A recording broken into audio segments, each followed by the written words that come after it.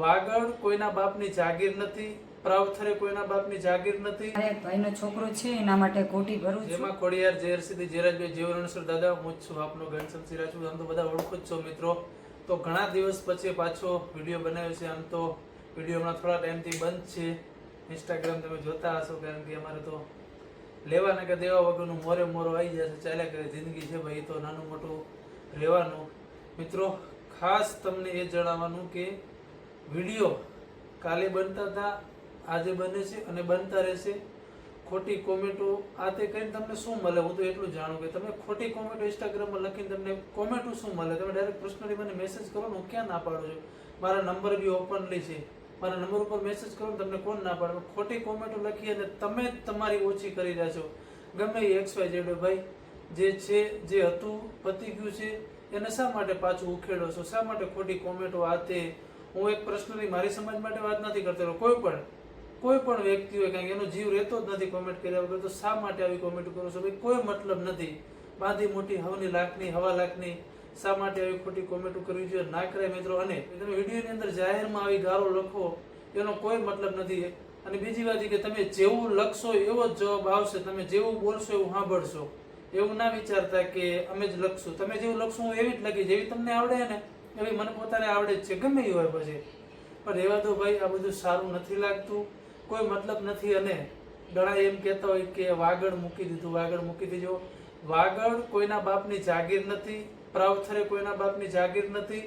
આ વડવાઓની ધરોહર છે. જે જન્મ લે એનું મૃત્યુ ત્યાં જ થવાનું છે. કદાચ કર્મભૂમિમાં બહાર કમાવા ગયા હોય અને બારે મોત થાય એ વાત આખી અલગ છે. બાકી આવી ખોટી ધમકી બમકીઓ આપવાનું રહેવા દો અને શાંતિથી બધા ધંધા કરો ને. ભગવાને મૂક્યા છે જીવનમાં, આજની તો કાલ બધાને મરવાનું છે. શું કામની આ વેર ઝેરની દુનિયા? જે થવાનું છે એ થઈ ગયું છે. હવે આની ઉપર ખોટા ઓબ્જેક્શન ઉપાડી અને કોઈ મતલબ નથી. આઝાદ લાઈફ છે ભાઈ, આઝાદ બધા હવની રીતે જીવો. શું કહેવા માંગે? બસ પોતપોતાની જિંદગી છે, પોતાની મેળે જીવાય, એ જીવે ને આપણાને જીવવા દે. આપણે કોઈને કઈ રોકટોક કરતા નથી, તો એને કરવાની કઈ જરૂર ના હોય. કેવો હાલે મોરે હાલે એની તો કઈ ઉપાધિ ના હોય. પણ એ લોકો જીવે ને બીજાને જીવવા દેતા હોય તો સારું કહેવાય. તો ન જીવા દે. જીવવા કેમ નથી? આપણે એ લોકોને, આપણે કોઈને નડતા નથી તો આપણને કોઈ નડવું ના જોઈએ ને. નડે કેમ ન નડે?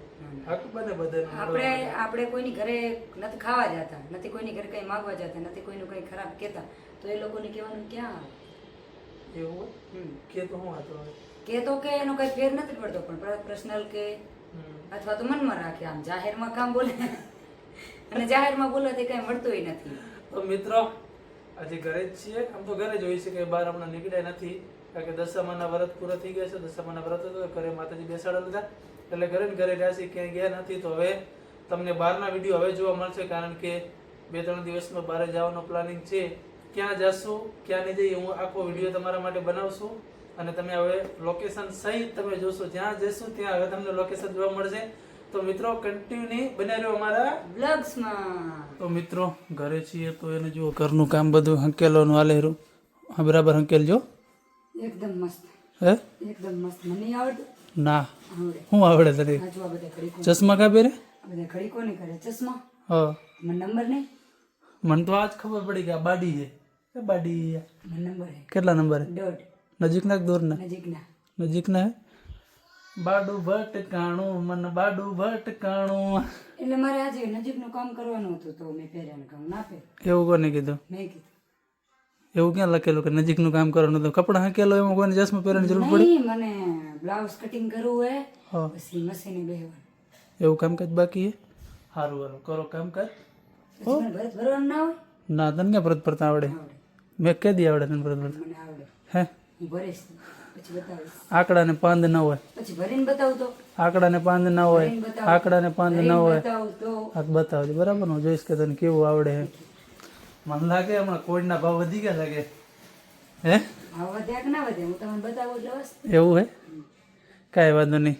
તો ચલો મિત્રો કન્ટિન્યુ. તો મિત્રો ભૂખ લાગી છે તો જમવાનું બધું શાયદ બની ગયું છે, તો જમી લે. જમવાનું બધું બન્યું કે નથી બન્યું? જમવાનું બધું બની ગયું છે, તો હવે જમી લઈએ. ઘરનું કામ પછી, કેમ કે પેલું જમવાનું, ઘરનું કામ પછી. જો જમીએ નહીં તો ભૂખે મરીએ, એટલે પેલું જમવાનું. એનું ખાવાનું નામ આવે ને એટલે કે ભૂખે મરીએ. મારા હિસાબથી 24 કલાક ખા ખા કરે તો 2.5 હાડકા હે. ખાવું પડે ઘરનું કામ. પછી જો કે ઘરનું કામ તો આખો દિવસ ચાલુ જ હોય. હા વાસણ ઘસવાના, પોતું મારવાનું, કચરા કાઢવાના, કપડાં ધોવાના, આ તે બધું ચાલુ જ હોય. પેલું કામ તો રહેવાનું જ છે ને તમારે, કે હાવ પછી રાજાશાહી ના હોય આપણો.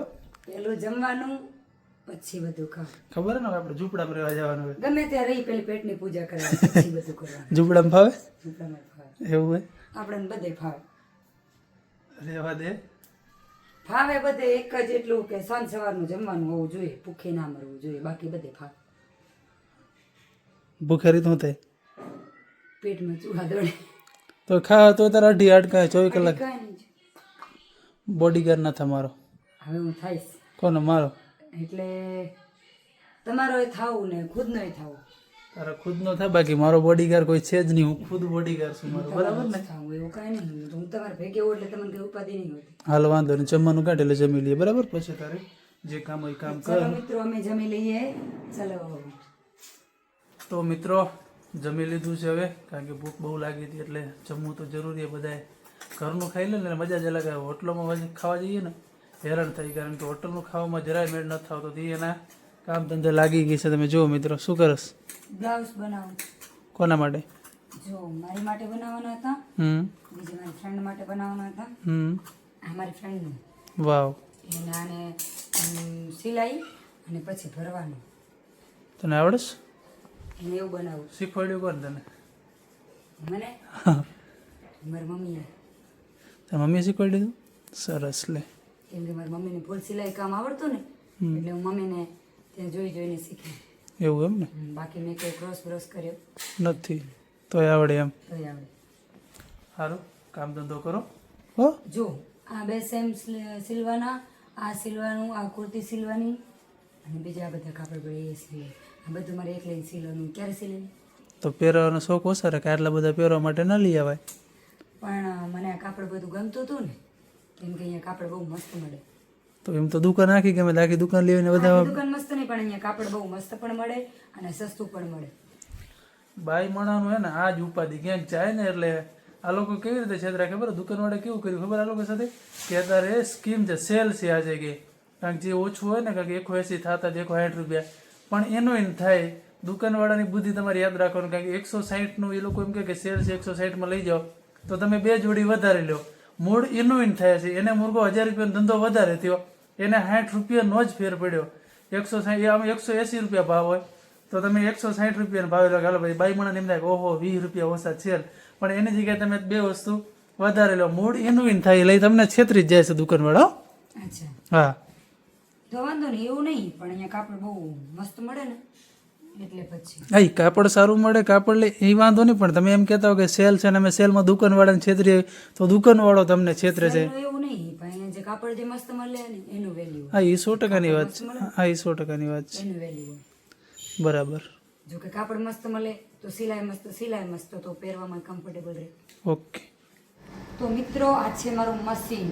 આ મશીન બહુ જૂનું છે પણ મારા માટે બહુ નવું છે, કેમ કે મને અત્યારે આ જ કામ આવે છે. તો હું હવે મારું સિલાઈ કામ ચાલુ કરું છું, બ્લાઉઝ બનાવવાનું.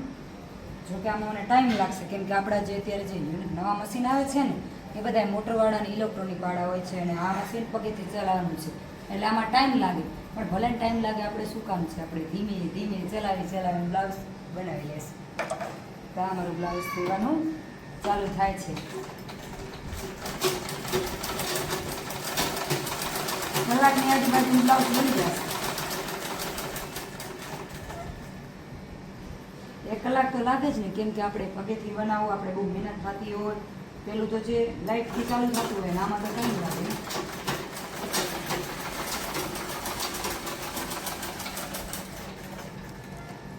તો હમણાં અમારું બ્લાઉઝ બનીને થઈ જશે રેડી. તો મિત્રો હવે હું ભરત ભરવા લાગી ગઈ છું. જોકે મારે ભાઈનો છોકરો છે એના માટે કોટી ભરું છું. તો જો અમારું ભરત છે, તમને કેવું લાગે છે? સારું લાગે તો કોમેન્ટ કરજો. આપણી બાજુ તો ભરતનું બહુ જ મહત્ત્વ છે. માઓ, દીકરીઓ, બહેનો બધાએ ભરત ભરતા જ હોય છે. આપણી બાજુ તો જોકે ચોલી, કપડાં, પછી ઊંટણી, બ્લાઉઝ વગેરે બધું ભરેલું જ હોય છે. કોટી જે કહેવાય, ભાઈઓના વાજણા, રૂમાલ, હાથે બધું ભરેલું જ હોય છે, કેમ કે આપણી બાજુ તો પરંપરા જ છે ભરતની. જેને આવડતું હોય તો પણ શીખવું જોઈએ. અને આપણા વાગડમાં તો જો કે ભરત વગર હાલે જ નહીં, એ તો પગથી કરીને ઉપર સુધી બધું ભરેલું જ હોય, બધું ભરેલું જ હોય. એટલે ભરત શીખવું પણ બહુ જરૂરી છે અને મને તો ફાવે જ છે. જો કે આ છપાવેલું નથી, મેં મારી જાતે જ કર્યું છે, છપાયું નથી. છપાવેલું હોય તો બહુ મસ્ત આવે, એટલે મેં છપાવ્યું નથી કેમ કે અહીંયા કોઈ છાપતું નથી, એટલે મેં મારી જાતે જ કર્યું છે. નેક્સ્ટ ટાઈમ આપણે કંઈક છપાવીને કરશું ને ત્યારે બહુ મજા આવશે ભરવાની. પછી જ્યારે વધારે ભરશું ને ત્યારે અલગ જ મજા આવશે. આ છે તોરણ, એ હવે ભરવાનું બાકી છે, ખાલી બનાવ્યું જ છે, ભરવાનું છે. જો કે અમારી કુળદેવી માટે મારે ભરવું છે કેમ કે આપણે નવી નવેલી વહુ આવે ને એટલે પહેલું તો ભરત પોતાની માતાજી માટે જ ભરતી હોય, તો મેં પણ એના માટે જ કુળદેવી માટે તોરણ ભરવાની તૈયારી રાખી છે.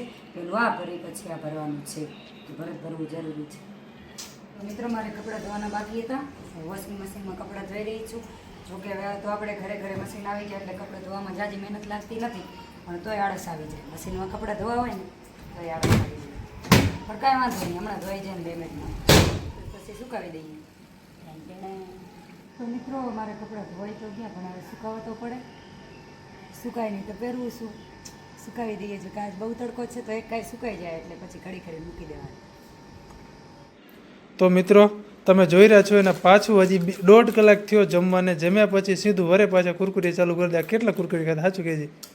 જોરથી ભૂખ લાગી હતી, એક પતાયું બીજું ચાલુ છે. 3 કુરકુરી ખાઈ ગઈ. માણસો કે રાક્ષસ છો? ભૂખ લાગે એવી ને, અત્યારે ચોમાસાની સિઝન છે ને તો મને બહુ ભૂખ લાગે. પણ આટલું બધું તો કુરકુરીની અંદર કેટલા આવે? 5 થી 6 કેટલા નંગ આવતા? 10 નંગ આવે વધારેમાં વધારે. રેવા દે, નાના મોટા એનાથી શું ફેર પડે? મોટો માણસ ખાય ને તોય ધરાઈ રહી એકમાં તો. પણ મારી ભૂખ છે ને ભીમ જેવી છે. કોળના ભાવ વધ્યા એટલે કેટલા થયા કોળના ભાવ? કોળ જેને વાવતા હોય ને ખબર, અને જે વેચતા હોય ને ખબર. તારા માટે કોળના ભાવ ઘણા વધી ગયા. મને તો ભૂખ જ એવડી લાગે ને કે મને બીજું કાંઈ ના ધ્યાન ના નહીં આવે. ના ના, ખાખા કર, બોડી બનાવ. તારે ક્યાંક બાંધવા જવાનું થાય ને તો વાંધો નહીં કે એક તોલની સોય માંડ. કુરકુરિયા ખાઈને જાડું કોણ થાય, પણ મને ભૂખ લાગે તો મને એવું જ ભાવે. તો મિત્રો તમે અમારા વ્લોગ્સને બહુ સપોર્ટ આપી રહ્યા છો, આવા નવો સપોર્ટ આપતા રહેજો અને વિડીયોને વધુમાં વધુ શેર કરજો. અને મિત્રો બાકી તો કોઈ ઉપર પ્રશ્ન ના લેતા, હાલ્યા કરે, જિંદગી છે ભાઈ, બધાનું અવરું લેવા જાય તો ભેગું નથી થાય એમ, એટલે રહેવાનું. પણ મિત્રો બને ત્યાં સુધી ગાળો ના લખો, કારણ કે સારું ના લાગે ભાઈ. ઘરના વઢશું અને ત્રીજા લાભ લઈ જશે ભાઈ, એટલામાં તમે સમજી જજો. વધારે ઓપનલી કરવા નથી માંગતો. ઘરના વઢશું, 2 વઢશું અને ત્રીજા લાભ લઈ જશે, એ ફાઇનલ છે.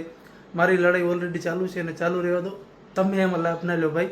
સંબંધની જગ્યાએ આપણે સાચવતા રહ્યો, ખોટું એલું બીજું ત્રીજું ન કરો. બાકી જય માતાજી. તો અમારી ચેનલને લાઈક એન્ડ સબસ્ક્રાઇબ કરો. આના કીધે કોઈ સબસ્ક્રાઇબ ના કરતા, કરી હોય તો નેક્સ્ટ ટાઈમ તમને નવા વિડીયો જોવા મળશે, કેમ કે થોડા જ ટાઈમમાં અમે ફરવા જવાના છીએ. ફરવા ક્યાં જઈએ તો તમને ખબર. કોઈ નથી લઈ જવાનું, ખાલી ગપ્પા મારે. નહીં મિત્રો, જોવા મળશે તમને વિડીયો. અને મિત્રો પાક્કું તમને જોવા મળશે. જય ભવાની, જય રાજપૂતાના.